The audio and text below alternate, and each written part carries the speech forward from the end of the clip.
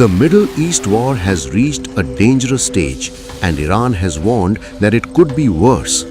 A senior Iranian military official has now warned that the next wave of attacks on Israel and the US targets will be stronger, wider, and more relentless. Lieutenant Colonel Ibrahim Zolfaghari, spokesperson for the Khatam al-Anbiya Central Headquarters, alleged that Israel attempted to hide its military resources among civilian areas, but the Iranian forces are continuing to locate and strike them.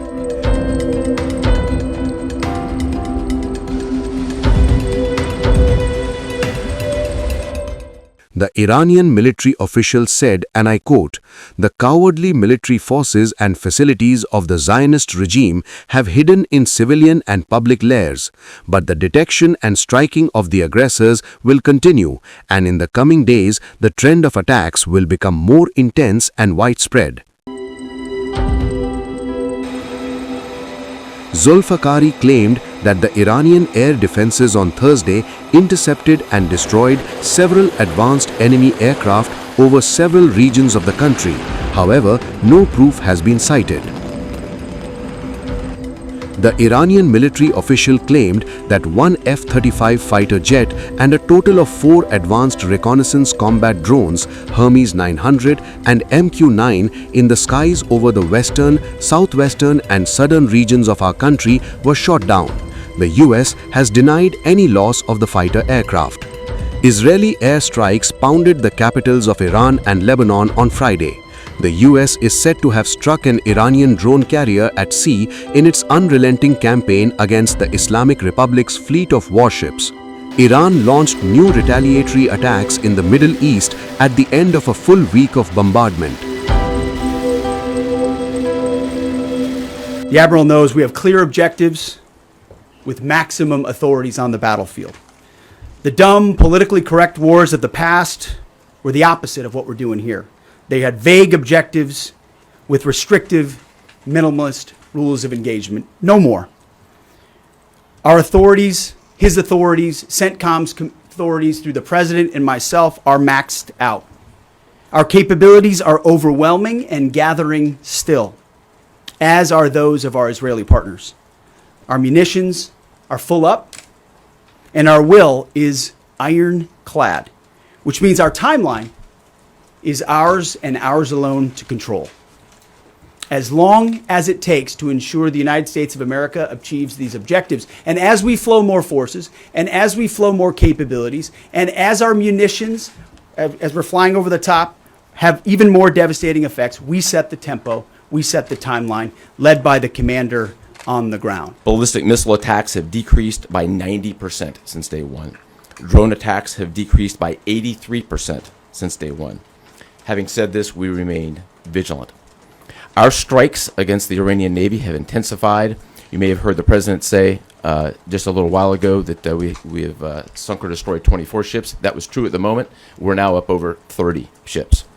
And in just the last few hours, we hit an Iranian drone carrier ship, roughly the size of a World War II aircraft carrier, and as we speak, it's on fire.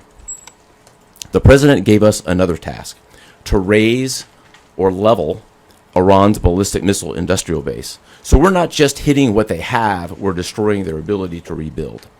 And so as we transition to the next phase of this operation, we will systemically dismantle Iran's missile production capability for the future, and that's absolutely in progress. I'd also just double down on the President's comments that he previously made to the people: stay in your homes, keep things calm, stay out of the way. There's a lot of U.S. and Israeli capacity coming over. We're hitting a lot of targets. The best thing for them to do for right now is just to lay low. However, the Trump administration officials have conceded the capabilities of Iranian Shahid attack drones in the ongoing conflict.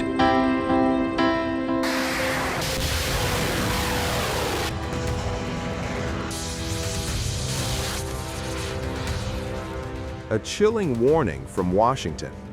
Officials in the administration of Donald Trump are sounding the alarm over Iran's rapidly expanding drone threat. Behind closed doors on Capitol Hill, U.S. defense leaders admitted a troubling reality: America may not be able to stop them all. The drones in question are Iran's notorious Shahed attack drones, low-cost, long-range weapons that have already reshaped modern battlefields. According to reports, U.S. Defense Secretary Pete Hegseth and Dan Kane, chairman of the Joint Chiefs of Staff, told lawmakers the threat is far greater than originally expected. The warning is stark. These drones are cheap, they are numerous, and they are hard to stop. Even the most advanced American air defense systems may struggle to intercept every incoming wave. The fear inside the Pentagon: if swarms of Shahed drones are launched at once, some will get through. And in modern warfare, sometimes just one is enough to change everything. Also, yesterday, the leader of the unit who attempted to assassinate President Trump has been hunted down and killed. Iran tried to kill President Trump, and President Trump got the last laugh. Now, this is not a mission accomplished situation.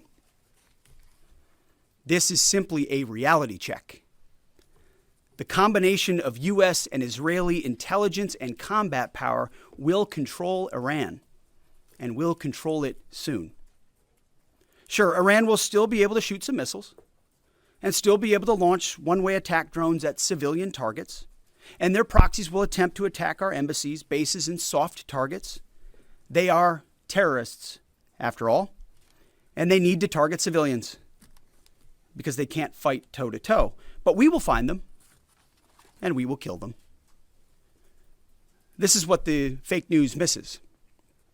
We've taken control of Iran's airspace and waterways without boots on the ground. We control their fate. But when a few drones get through, or tragic things happen, it's front page news. I get it. The press only wants to make the president look bad, but try for once to report the reality. The terms of this war will be set by us at every step. The Iranian drones are known to fly low and slow, and this feature makes them more able to evade air defenses than the ballistic missiles. However, the officials tried to downplay concerns about the drones and noted that America's Gulf partners had been stockpiling interceptors. Donald Trump had said on Tuesday that most of Iran's military installations had been knocked out and that new strikes were targeting the leadership. Mr. President, what's the worst-case scenario that you have planned for in Iran? Well, I don't know if there's a worst case. We have them very much beaten militarily from the military standpoint. They're still lobbing some missiles. At some point, they won't even be able to do that because we're hitting all of their carriers. We're hitting all of their missile stock. I guess the worst case would be we do this and then somebody takes over who's as bad as the previous person, right? That could happen. We don't want that to happen. That would probably be the worst. You go through this and then in 5 years you realize you put somebody in who was no better. So we'd like to see somebody in there that's going to bring it back for the people. Do you have someone in mind right now? Because you said all the people you did have in mind have been taken out. What do you think? Well, most of the people we had in mind are dead. So, you know, we had some in mind from that group that is dead. And now we have another group. They may be dead also, based on reports. So I guess you have a third wave coming in. Pretty soon we're not going to know anybody. But we have, I mean, Venezuela was so incredible because we did the attack and we kept government totally intact.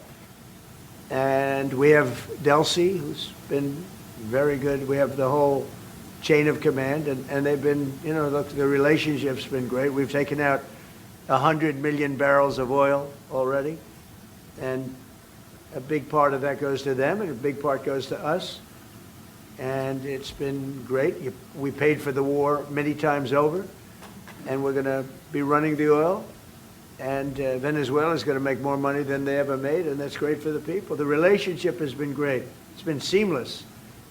Nobody's actually ever seen anything like it. If you look at Iraq, where very stupidly everybody was fired, the generals were fired, the military was fired, the police were fired, the fire departments were fired, and all of the government workers were fired. So after, you know, people would call, they had no idea. And by the way, ISIS was formed That's where ISIS came from, all of the fired people. We don't believe in that. So we'll see what happens, but first we have to finish off the military. According to the CNN report, the officials were dismissive of the questions about how the U.S. would stop Iran from becoming a failed state, and they added that regime change was an ancillary goal. As per the CNN report, Democrat Senator Mark Kelly, a member of the Senate Armed Services Committee, warned that Iran had the ability to make a lot of Shahed drones, ballistic missiles, medium range, short range, and had a huge stockpile. Kelly asked, how can the U.S. military get more defense munitions to defend themselves from the Shahed drones? Amid the war, Iran has issued a chilling warning to the United States. Iran's ambassador to South Korea, Saeed Kuzechi, warned, if American boots hit Iranian soil, many coffins will return to the U.S.